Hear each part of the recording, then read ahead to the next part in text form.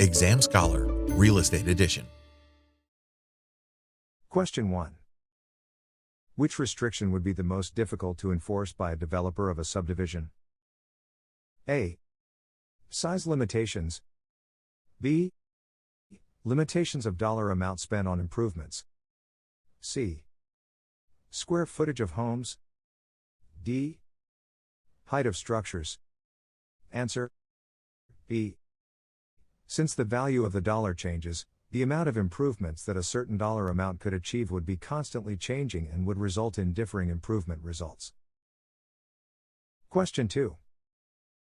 In order to obtain a loan, a person would likely go to A. A bank. B. Federal Housing Administration. C. Department of Veterans Affairs. D. Department of Housing and Urban Development. Answer. A. Banks are the actual lenders while the FHA and VA are institutions that guarantee all or a portion of a loan in order to procure more favorable terms. Question 3. A mortgage and trust deed are the same in which they allow A. The property to be sold in the event the borrower defaults. B. Prescriptive benefits. C. An estate in gross. D. None of these. Answer. A. A mortgage and trust deed are the same in the fact that if the borrower defaults on the loan, they allow for the sale of the property.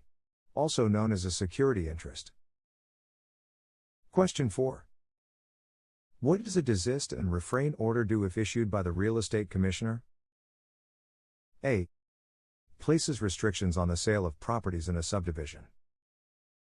B. Places a halt to sales and marketing of properties in a subdivision. C. Places a time constraint on the sales of properties in a subdivision. D. None of these.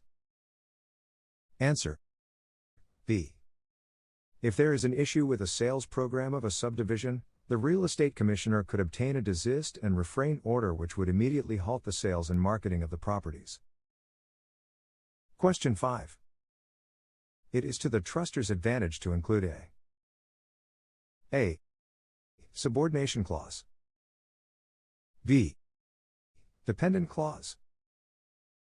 C. Independence clause. D. Reserve clause. Answer. A. It is to the truster's advantage to include a subordination clause in a trust deed because it allows the truster to obtain a later trust deed which will move into prior position, as regards to payment, in case of default. Question 6. In order to have a valid agency relationship, the commission agreement must be A. In writing. B. Filed with a broker. C. Within the acceptable bounds of commission rates. D.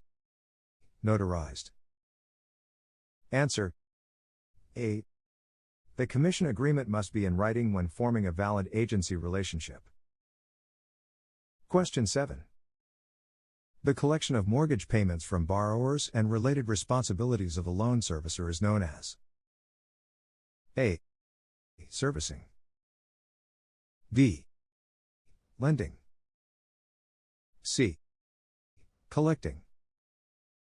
D. Managing. Answer. A. This type of work is known as servicing. These actions are responsibilities of a loan servicer.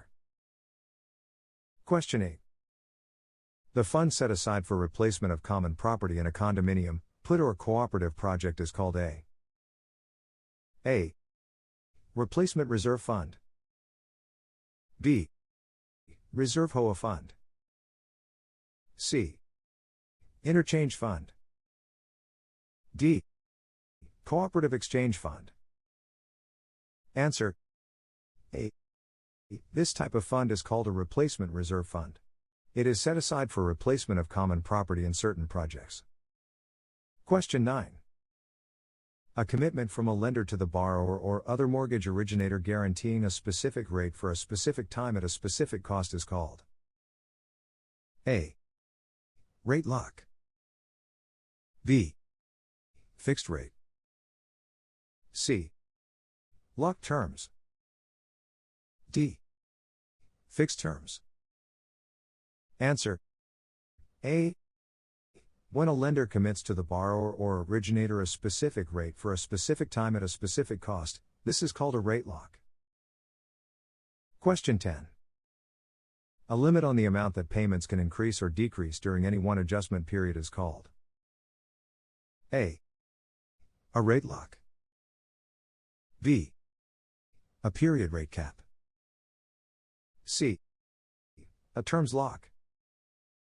D. Fixed rate. Answer B. A period rate cap is a limit on the amount that payments can increase or decrease during any one adjustment period.